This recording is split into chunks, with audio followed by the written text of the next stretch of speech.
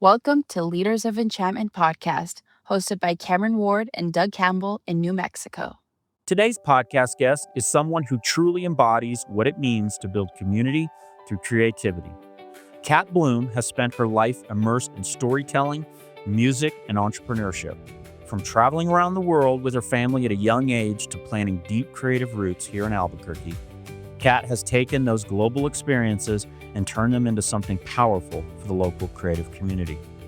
Today, she's the visionary behind Vault Studios, a space that has become a hub for artists, filmmakers, musicians, and entrepreneurs looking to bring their ideas to life. But her work doesn't stop there. Kat also leads Bloom Records and Media Lab, 3 ventures dedicated to expanding access, mentorship, and opportunity in the creative industries. What makes her story even more remarkable is that she's built these organizations while navigating personal health challenges and continuing to show up for her family. Alongside everything else, she's also helped her parents develop a bed and breakfast in Albuquerque South Valley, transforming it into one of the area's most beloved hidden gems. Kat's journey is one of resilience, creativity, and leadership. Today, we're going to talk about what it really takes to build spaces for artists, support emerging talent, and create opportunities where none existed before.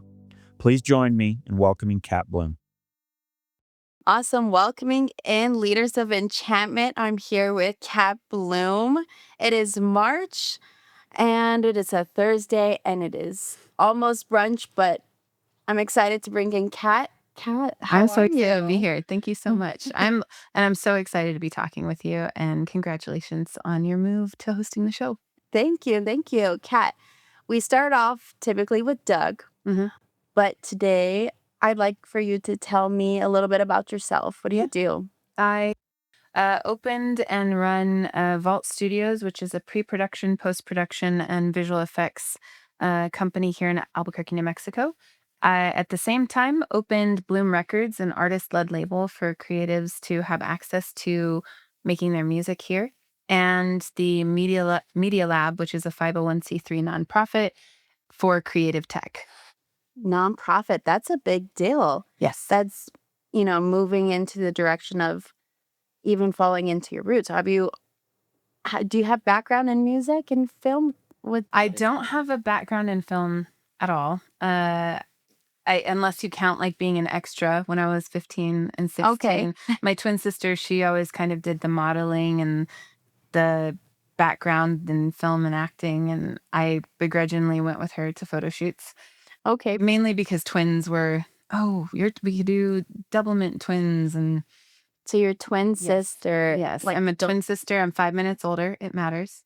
Do you use it against her sometimes? Only if I need to pull rank in a way that like we can joke about. It's never that serious. Okay. I do have an older sister that's about a foot shorter than me almost. She's like barely 5'1", and her name's Lauren, and Sammy's my twin sister. Lauren ran events at Hyatt downtown for a really long time. Okay. Now she's exploring life past chaotic corporate worlds. And my twin sister is working with Viceroy. Shout out to the sisters. Yes, I know. I don't know what I would do without him. And my background, I've been a musician my whole life. I'm a military brat, and I've moved around quite a bit, but music has always been my constant.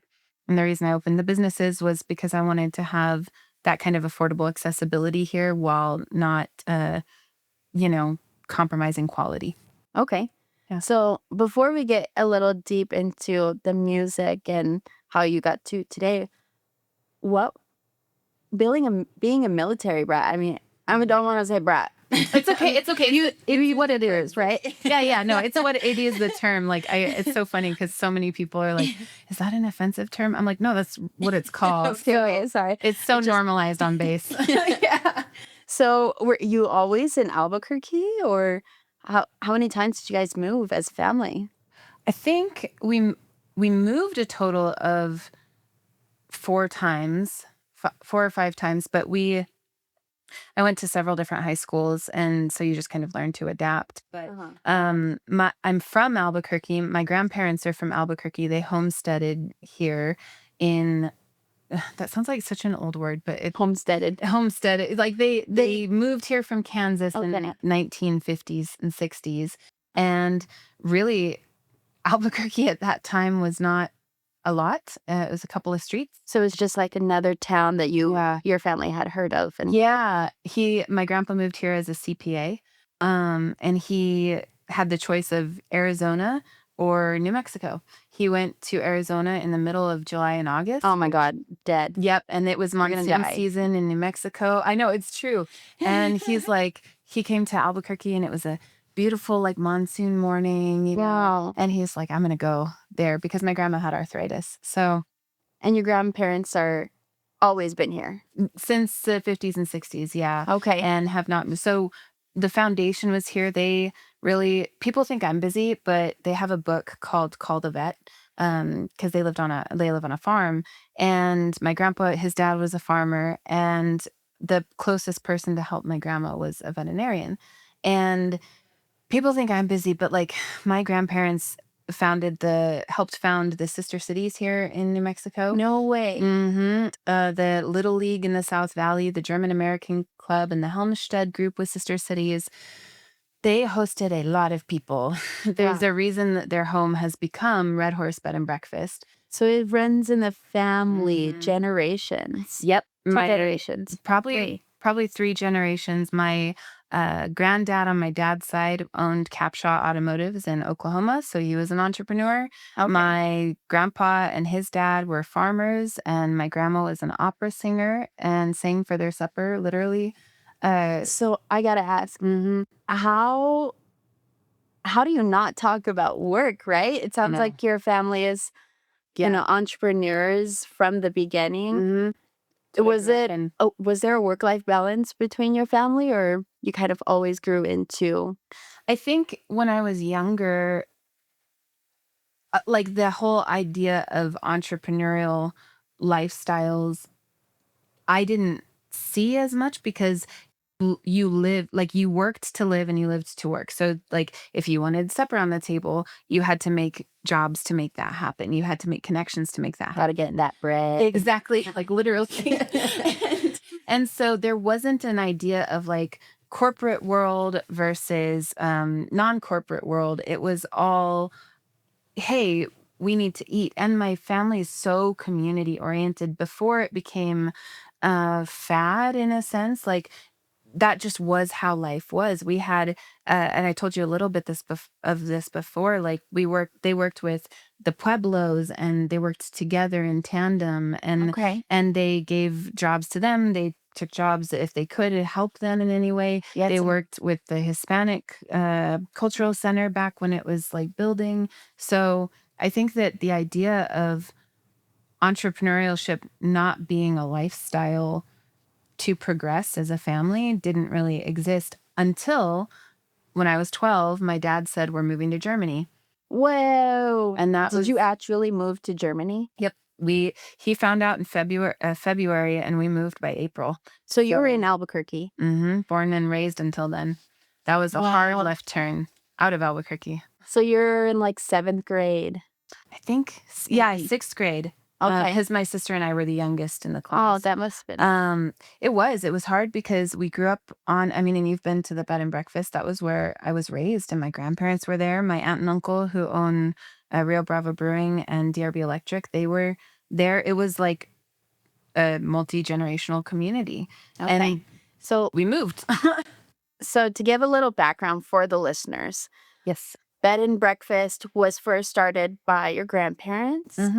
It wasn't a B&B at the time, but that Okay. was essentially, they basically had one without getting paid for it. And I've been to this location. It is 5 acres of pot of gold of land in the South Valley. Yeah, it's Lots of parking, great for even venues for weddings, potentially a festival. We've done a music festival there. That is so exciting, and we'll get into that. But from going to small Albuquerque Yeah. to Germany, which is, I don't know, I've never been to Germany, but are there more events that happen every night, or Yeah, it depends. Well, it depends where you move what part of to. Germany? Right. We moved to southern Bavaria, which is gorgeous and very like when you think like close your eyes and think of like I mean Hansel and Gretel wasn't there, but you think of that like cookie cutter town Uh-huh. is very much southern Bavaria. Okay. And the reason they moved is my mom has an autoimmune disorder called ITP. It's idiopathic thrombocytopenia purpura. Wow. Yeah, which just means like they don't know why her body fights herself. Oh, I see. And the hope was that there were German doctors over there that could help. Uh-huh. And so my dad Okay. packed us all up and we moved very quickly. To help your mother.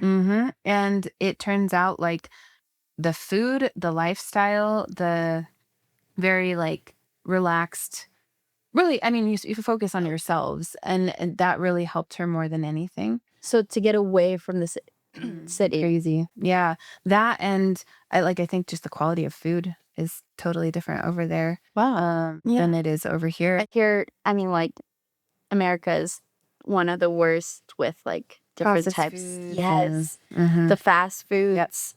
We didn't have, I think the closest like McDonald's when we moved over there was probably an hour away in like one of the bigger German cities. I think it was Würzburg. Okay. So yeah, so we were Oh. it was a big life change. So you're about to step into middle school. Do they have middle school out there? Because I know a lot here in Albuquerque, middle school doesn't even start till 7th grade.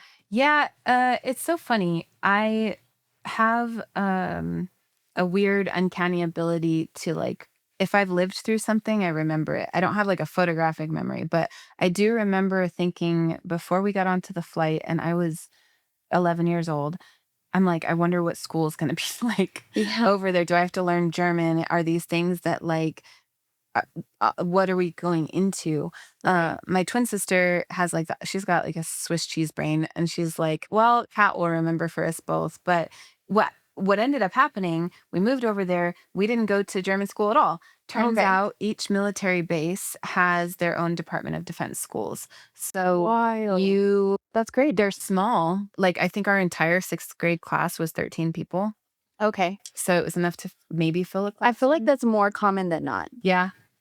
I mean, I don't know how schools here are. I've heard of like we've had a graduating class of 200 people or 300 people. Right. It really varies. And I'm like, how do you even have that? I think our graduating class. How do you have a voice, right? Yeah, exactly. And I think that was a really unique opportunity that we got to experience that kind of attention in a small, focused way.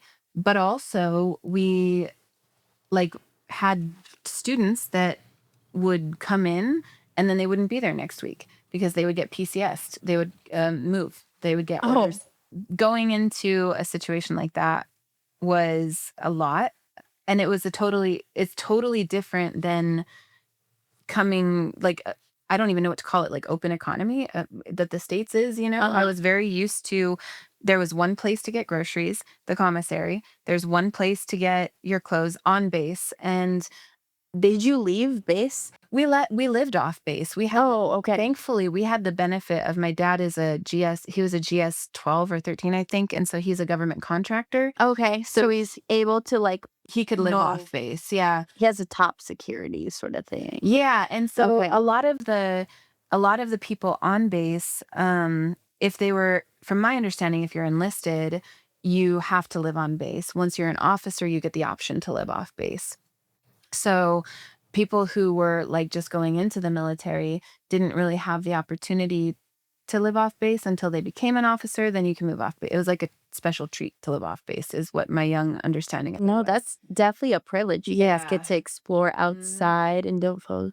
Yeah. And I mean, it's not like you can never leave. Right. However, when we moved to Germany, we were there for, I think 6 months before 9/11 happened.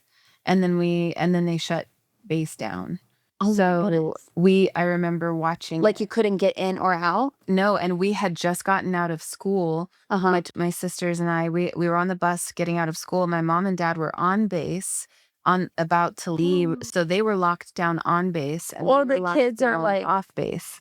Oh, and my we had goodness. to figure out how to, thankfully, like Nokia had their cell phones and stuff that just came out or whatever. But Okay. Are those the flip phones? yeah. Oh, I don't think they were even flip at the time. I think they were just the brick, Okay.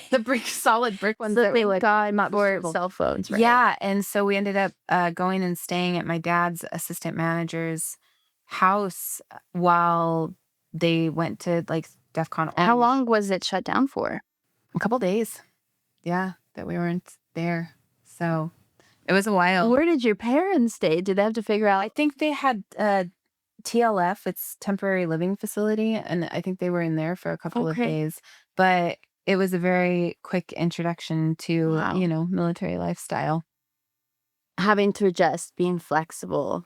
Yep. And Yep. of course, living by the government rules consistently. Yeah, so we moved to southern Bavaria and then we moved to northern Germany.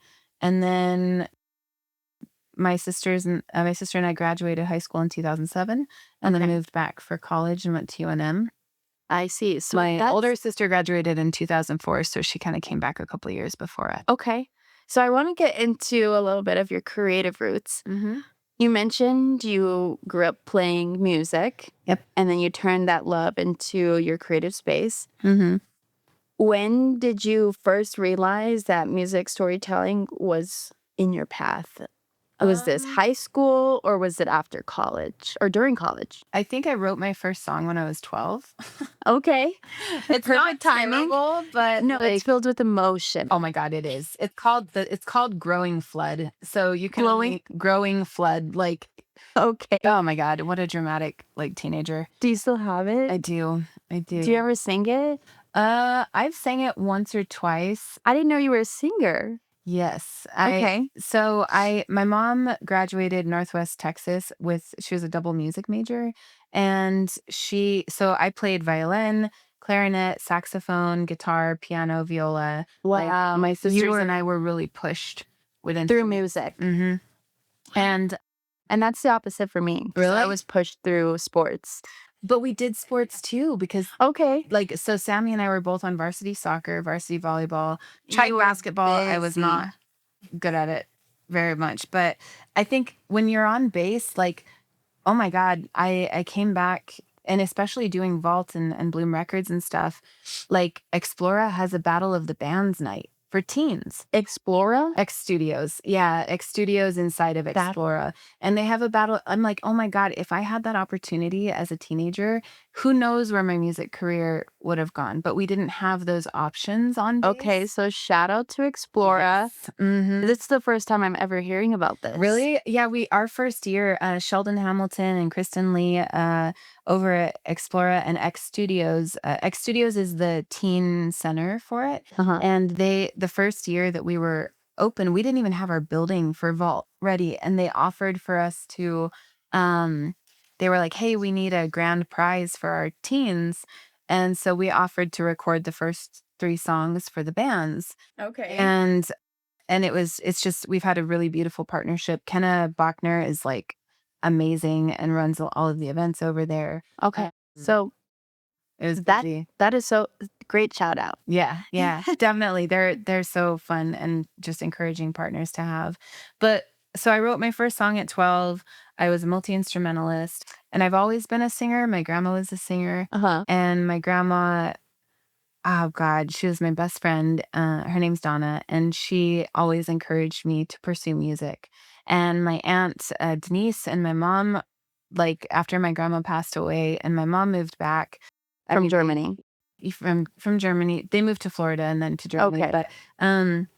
But they both have like been such big supporters in my career and my passions, and also running the bed and breakfast. Yep. And I did that with my mom for like 9 years, but through high school, I wrote a lot more as a catharsis, not as like, I want to be a pop star performer. Okay.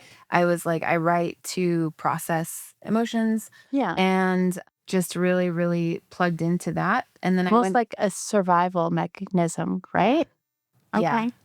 I think that for me, music has always been a space where I can not only be creative, but I can feel everything that I need to feel and get stuff out and express myself, form of expression, instead of, I don't know, everybody has their mediums, right?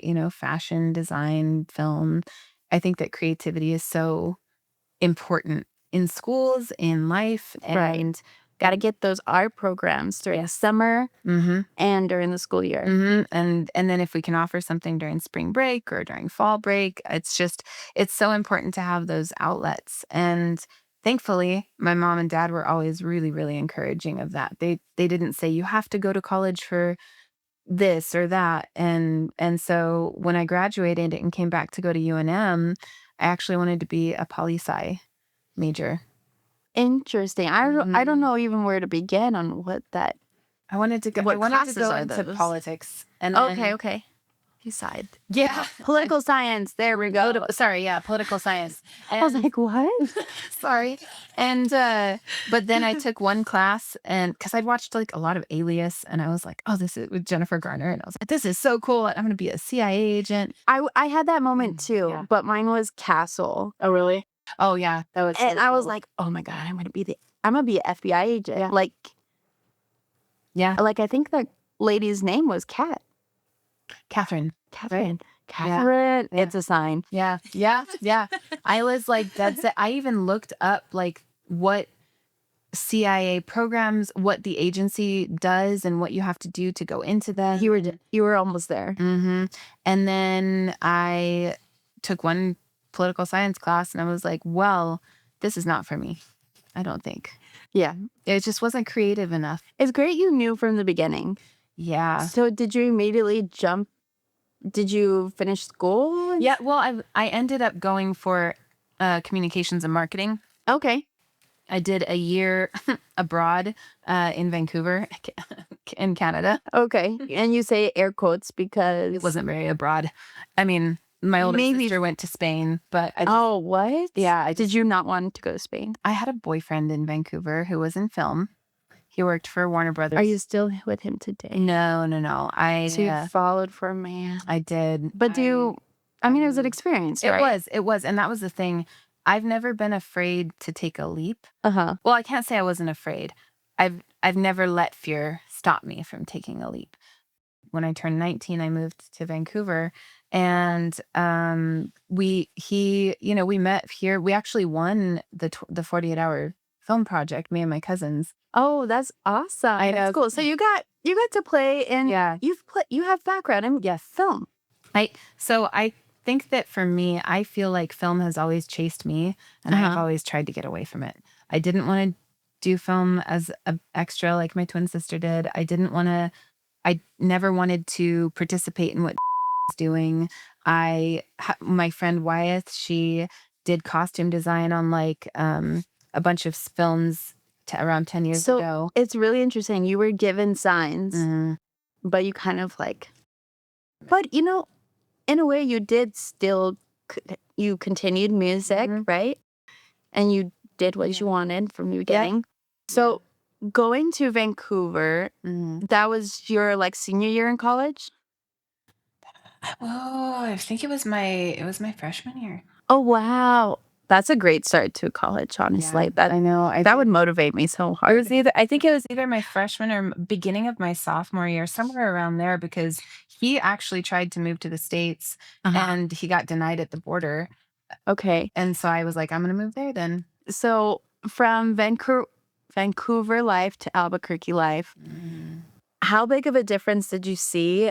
And what did you see missing in Albuquerque's creative infrastructure? Yeah. That made you want to decide to build everything and get started, right? I think that moving around the world, and then especially living in a metropolis like Vancouver, there's stuff everywhere. Like if you want to go to an open mic, you have 50 options. If you want to go to a creative store. We're saying Vancouver, yeah. Okay, I mean, even in Munich, in Germany, and in England, when we moved to England after we moved to Germany, you go to London, there's so many things. Every night. Yeah, every night. Doesn't matter where you go. Yeah. And the people are there helping the creative ecosystem and just the ecosystem in general exist. And everybody's really driven in the larger cities. And I feel like in Albuquerque, it's happening here. Yes. Although you have to be in like a certain niche or Yeah. a certain business to get invited to certain things. Yeah. But we're I'll agree with opening that. doors. Yeah. We're opening doors, I believe. Yeah, I think that for me, especially in Vancouver, like I didn't experience any gatekeeping either. Uh-huh. Everybody was just like so open and come do this and come to be part of this. The more the merrier kind of ideology. We love that energy. I really, really Super try welcoming. to like embody that and have open door policies kind of thing. Right. So it was Well- hard to move back to the States was a culture shock for sure. Because I wasn't even back for maybe a little over a year before I moved to Vancouver. So, and then I was Oh, in wow. Vancouver for a year and then I moved back. Okay. So you came back. Yeah.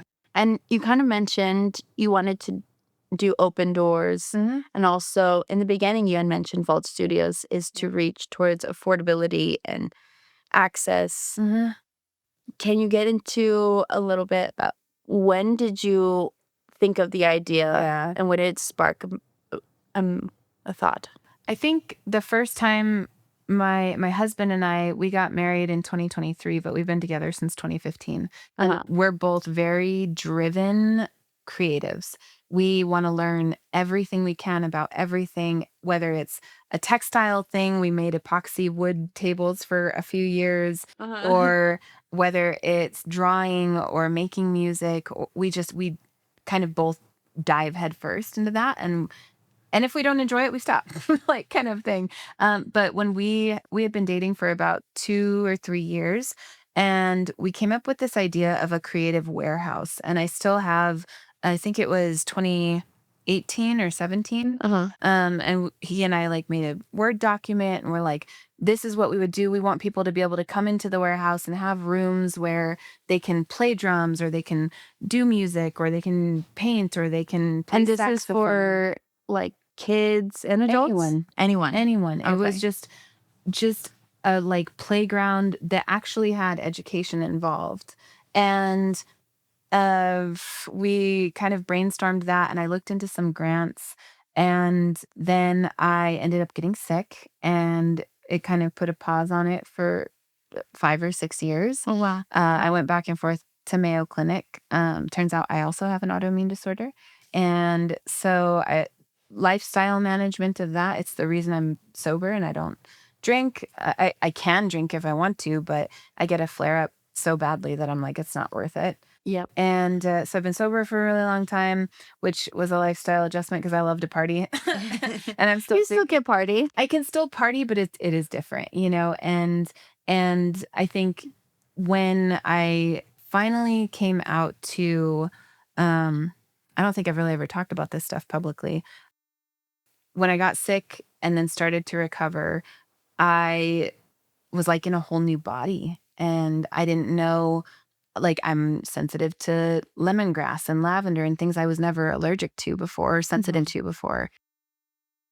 When I got sick, my nose split open. That's why I have my scars on my nose, and I got so swollen, and I was hospitalized for like months at a time. And this is when you were adult, you were with 28. your husband. Yeah, I was 28.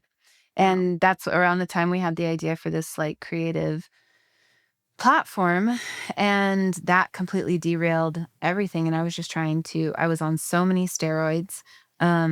At the time, I think I had gained like 120 pounds in a year. And it was just such a shock to go through. I went back and forth to the Mayo Clinic in Arizona. And when I finally got things stabilized, saw a lot of specialists and lifestyle changes, COVID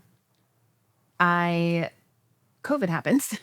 Oh my goodness. Well, So it was was like it a constant kind of figuring it out kind of thing. right, from adjusting, you had just started this warehouse. Yeah, the Is this concept for it. called Media Lab by chance? No, the Media Okay. Lab, that came after a lot of the creative business structure Okay. was developed in 2023.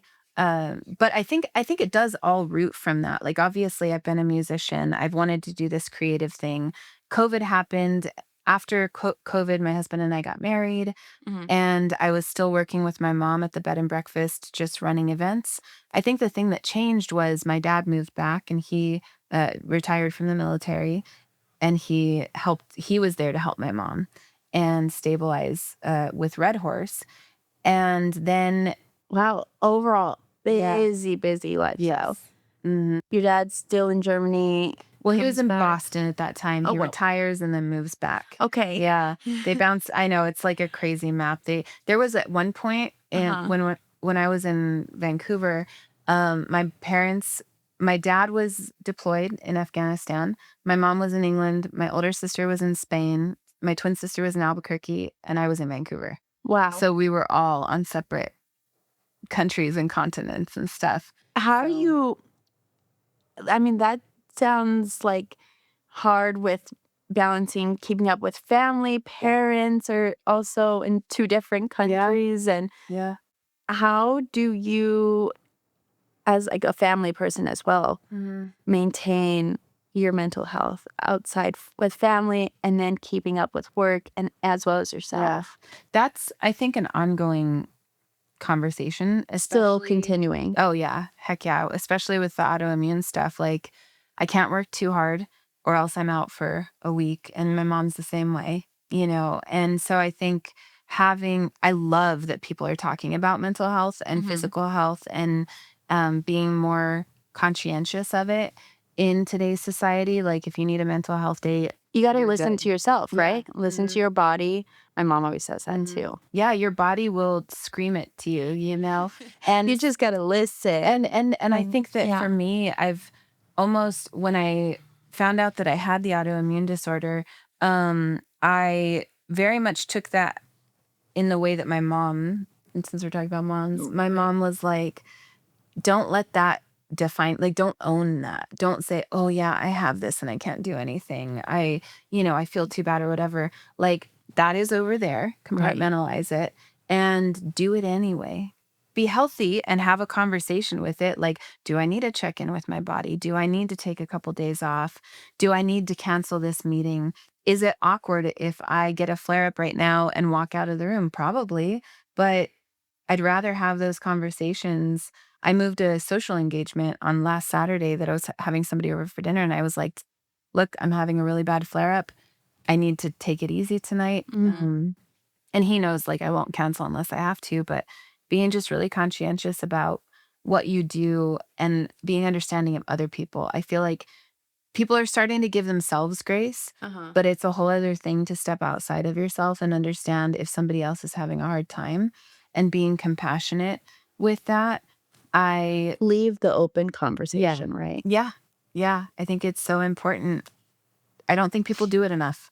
And I can, like, preach about that on a soapbox all day. Well, I think this is a great start to Yeah. even bring mental health into this podcast. Yeah. Because that is the reason why we wake up too. And thank God for that. And Yeah, your support system is really important. And I feel like in such a digital driven world, there's a lot of opportunity for people to go, go, go, go, go, not really care about anybody else and what is happening to them. Because Mhm. we're all like little universes. working right. around together. We all have our own lives going on. Mhm. It's really important to pay attention and be considerate and compassionate with other people. Okay. So to kind of get into, and thank you for talking and being open about mental health. Yeah. Even how you are still continuing, which is great. We all need to still continue. Yep. It's not a believe in therapy. it's not an open door, close the door situation. Yeah. Will you tell us about Media Lab and how that nonprofit Yeah. arm helps undeserved Underprivileged communities. Yes. Yeah. creatives to get real skills and opportunities? Yes. So this kind of ties into, fast forward after COVID. And I'm like, I took a step back from Red Horse. And my husband asked me a very important question after I had gone through another like health crisis. I had COVID and that led to Bell's palsy. I lost mobility of half my body for like 8 months. Oh my God. And after you go through something like that, it's a great, like, I'm the arrow, not the bow, I think is the analogy that people use. Like, it was the trajectory that it put me on to go through something like that. I mean, my husband thought I was having a stroke. It was scary. And Wow. I realized, and on top of just having gotten stable from the autoimmune stuff, I was like, what is life anymore? Like, what's the point? And my husband asked me a question. He's like, if you could do anything, because you're not working right now, I can support us with my job at the hospital. And I love you and I want you to be happy. Wow. If you could do anything in the world, what would you do? It very like passively was like, oh, I'd probably open a little studio or something and record my music. Because I've written, I don't know, 220 songs, something like that. And did you already have the skills for producing music? Yeah. He and Okay. I had been doing it. We had clients and stuff, but we'd been doing it at home for a while, probably 5 or 6 years. He's been doing it for like 15 years. So, He has way more skills in that than I do okay. and more patience. But I mean, imagine you're a creative person, you're Yeah. busy, you're an entrepreneur. I love supporting other entrepreneurs. But imagine being put down for 8 months and not doing anything for 8 months. Some people are like, "Oh, that's my dream vacation," or whatever.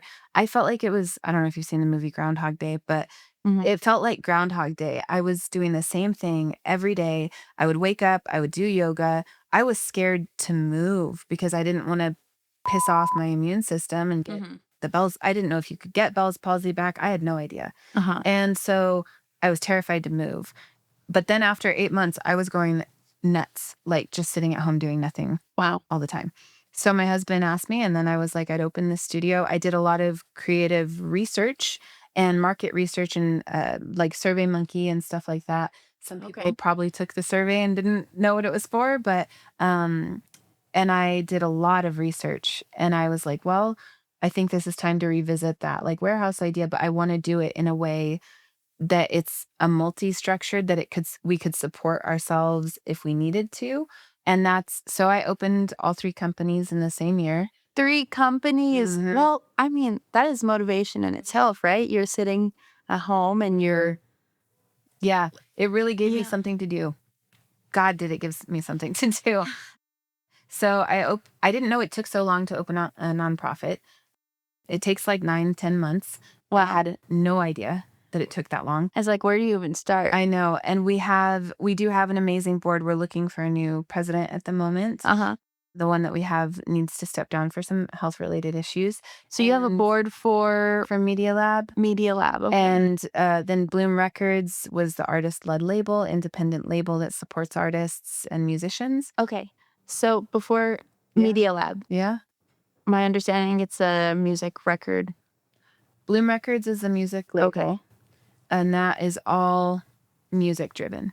And it's based here in Albuquerque. Based here in Albuquerque. Media Lab is a creative tech initiative to blend, like when you see augmented reality or virtual production, or like there's a doctor that David works with that wants to come do a virtual surgery. So we would build the anatomy of the person being like having surgery and send it back for training videos and introduce what kind of skills are being learned here. One of our partners, Dolby Atmos, we want to do game audio spatial design with them. So the Media Lab kind of gives a space for a lot of these creative entrepreneurs, innovators, tech driven people to have a space to blend and fuse the two in a meaningful way. And I'm really excited because I can't talk about it right now, but we have a really, really big partnership lined up that I'm hoping I can announce in the next couple of months with a tech company that is like, yes, we want to support that. We believe in creativity and tech, because without creativity, there is no innovation. Right. And that is what the Media Lab is for. And that is what our goal and the board's goal is, to drive that forward in New Mexico, because there's so many amazing nonprofits here. But I think one for creative tech is so meaningful for all of the creatives that are also here. Yeah, it gives them the voice too. And I love how you said, you want to bring the creative into technology. And into education. Yeah. And with That's expression. with what we're doing with Vault Studios for visual effects and CGI and animation, we can really support this nonprofit in a way that moves the needle forward. So I'm so excited for what's coming this year. Wow. Yeah. That is big plan. So that was when you started all of this, 3 businesses. This was after COVID? Yep. Okay. This was 2023 was when I was doing a lot of the research. I had a 42-page business plan that I was very... You said 42? I was really, I did so much research, girl. Like, I am a fine print reader. I started with reading the in my research, I started with the LEADA grant for the economic development. And I was like, where's the money coming from? And after that, and I got things open, we started getting clients, and I'm the chair for the Small Business Advisory Committee for the city. Okay. And so I really believe in entrepreneurs, in creative industries. Shawnee Harvey's doing a phenomenal job with the creative industries division. And I can't even express how excited I get about this stuff.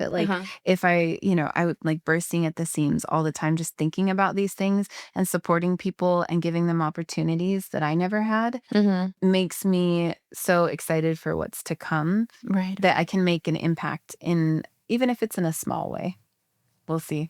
I hope It's motivation in itself. That's so exciting. So to get into Vault Studios,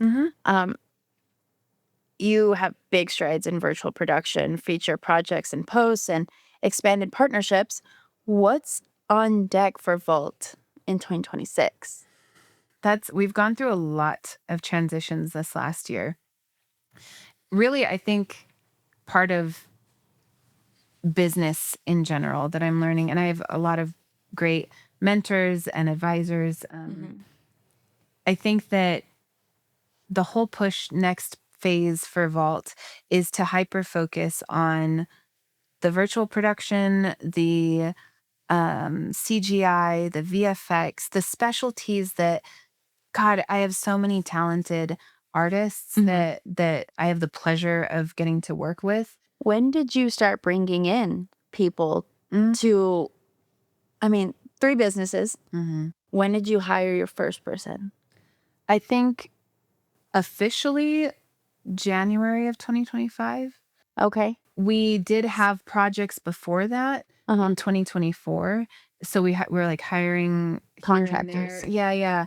And we still, and this might get some salt thrown back at me, but like we still only do contract hires.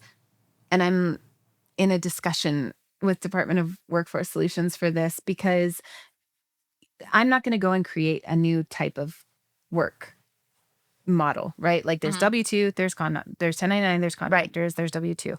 But if I hire somebody as a W-2 employee that is in film, for example, our director of photography, if I bring him on full time, but I don't have something for him to do all the time, and he wants to take 7 other jobs or contracts during the year, I'm almost preventing him from growing in his field and preventing him from work. Then if I'm like, oh, hey, I'm going to keep you as employed as humanly freaking possible, even if you're filing stuff or whatever that day to keep money coming into your pocket. Right. And my commitment to you to keep that going.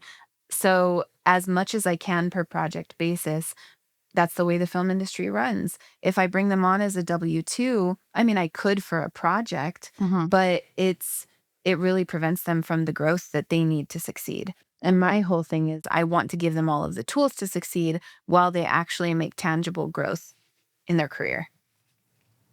If that makes sense. It's a whole other conversation. It is really, that is important to know too. Like you want them to also take their skills and not so much hold them to themselves, but even too, that kind of leads me to the question is like, where did you get your first dollar? I think the first thing that Oh gosh, that's a good question because but even before we had our first feature project, we had a lot of other projects. I think the first job that we got paid to do was a music video for a local band, Low Fat, Lophat. Okay. And she submitted it to the Grammys and a bunch of other things, and just a phenomenal band. And they were like X Studios was our first community partnership collaboration. We didn't even have the building when they partnered with us. It was scary. I was like, we will have our recording studio by June, I promise. And that's in 6 months. And the building wasn't even like renovated yet. It was terrifying. Wow. And sometimes you have to like do the thing and take You got to the figure leap. it out how to do it along the way. And then in July, And did it work? yeah, Okay. it did. It worked. I mean, it was, Determination can take you so it far. wasn't perfect, Right. and but I think that very few things in life are. And then our first music video paid project was Low Fat, and we were so excited to work with them and support local too. I'll take a Netflix job if they want to offer it to me, and I'll take my neighbor's job if they want to offer it to me. But we just want to make these things available. I think we're one of the only places that offer a payment plan for large projects. We partnered with Okay. with Klarna for that. So I don't know of many other studios that offer like Payment payment plans. plans. You could pay month by month for this. Okay. Awesome. Well, that's awesome. Yeah. Thanks for sharing. So I saw you spoke at the NAM. The speech at NAM is Bloom Records, and so that's music. Think if you're doing music, it's Bloom. If you're doing film, it's Vault. Okay. And if you're doing tech and creative, it's Media Lab. That's kind of Love that. how I separate It's like an umbrella. Yeah, pretty much. And we're also launching, I'm really, really excited, in April. We're doing our Film Forward series, and I've been working with the New Mexico Film Office on that as well. Okay. And Love them. we have 8 industry leaders from Runway ML. If you're familiar with Runway, it's No. a visual AI platform. Okay. He's going to come. He owns the guy who's coming to speak about that. So big opportunity. Is it still open for Yes. open call? Yep. Okay. Yep. And so that's going to be coming up. We're really, really, he might even fly into town. I'm still working. When on is that. this? This is going to be the end of April, beginning of May. Okay. And he's going to be the guy who's coming to speak. I'll announce that soon, but he's going to come talk about how he owns a production company and he integrates tech and AI Okay. that is ethical and fair for the creatives still, because that's a big part of what I believe in. Okay. We have Lopsy Schwartz with the Visual Effects Society. She's going to be part of it. We have a director of photography from Manitoba that worked on Yellow Jackets. It's going to be a really big. This is a whole production. So You got a big team? kind of. Not really. A lot of what I do, I think that's the thing that like makes me think about stuff a lot is most people don't realize like I do all of the social media. That is All of the projects for all of the companies. I do all of the client coordination. I do all of the books. I do it's me. And then I have an amazing crew of people that are so supportive on projects and are willing to jump in and super talented. excited. But the hungry business for it. stuff is all me all the time. And my husband making sure that I have food and clean clothes. Right. And you were just talking about taxes and how that's going to be due soon. Yeah. But Uncle Sam. NAM, I do want to touch on NAM a little bit because that was And you kind of did. exciting. And you kind of did dabble into a question I was going to ask was, how do events like these fit into your larger strategy? Yeah, like the NAM. So NAM is the National Association of Music Merchants, for those that don't know. And it was the 125th anniversary this year of NAM. I didn't even know it was that old. We were so flabbergasted and honored that they asked us to speak this year. They asked us to speak on what it means to like literally be a musician and make these opportunities happen in the way that we have. How can one see this? On the NAM website, it's namm.org, and there's a place where you can go to this year's festival and and watch all of the stuff. And then we're going to be publishing our stuff as well. As soon as we got back from NAMM, I got the flu. And so I'm kind of playing catch up from this last month. But I think that how these things fit into the larger scheme of things, we just want to bring opportunities back to New Mexico for people that live here. And then we want to provide opportunities for people who want to maybe go explore other things out of New Mexico and then hopefully bring stuff back too. It's all about, in my head, it's all about paving a way for people, whether it's a job or education pathway or job pathway or just a creative endeavor, partnerships, and being willing to open that to all of the people coming up in opportunities. I mean, when I was in college, I was very much told that you have to earn your stripes and you have to suffer the way I suffered. So you can't get that assistant management job until you've gone through everything I've gone through. And to me, I don't hold it against anybody, but like I don't see that as the best way of doing things. Right. So for me, if somebody's capable of doing it, let's do it. Put them in the seat.